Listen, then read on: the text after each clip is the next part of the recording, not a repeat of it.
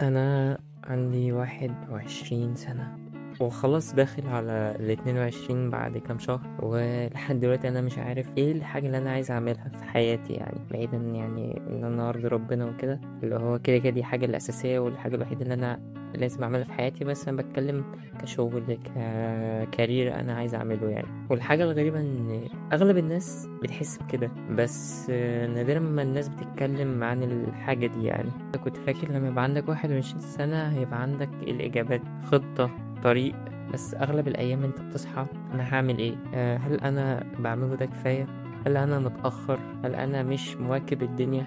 بس يعني السوشيال ميديا حاطة الستاندردز فوق بطريقة واقعية، لأن أغلب الناس اللي بتحط حاجات على النت بتبقى أحسن حاجة. زي ما أي حد بيحط حاجة على النت، محدش هيحط مثلا انه جاب درجة وحشة، محدش حط على النت انه كان يومه وحش ما خرجش. فده الفكرة ان احنا دايما بنشوف على النت، فدايما فاكرين ان اغلب الناس مبسوطين خارجين بيعملوا حاجات حلوة دايما، فلا ده مش الواقع خالص. فانا اتعلمت انك لما تبقى تايه او مش عارف انت فين وبتفكر بكده، يعني ده ما يدلش انك ورا، ده بيدل انك بتتحرك، انك عايز تتقدم، انك عايز تتغير من مكانك. بالعكس انت لما تحس انك خلاص انا مش هتحرك من هنا، فده يدل انك مش هتتقدم، يعني انت في مكانك. وده يعني انك مهتم، عايز تعيش بسبب لحاجة معينة، عايز تعمل حاجة، عايز تسيب أثر، مش عايش وخلاص. أنا ما عنديش الإجابة لسه يعني، بس أنا بتعلم، أنا بحاول أظهر، بحاول أتعلم، بحاول أساعد، ومش كل المرات بنجح، كتير بفشل فيها. أنت لو عندك 21 سنة وحاسس إنك تايه، فأنت مش لوحدك.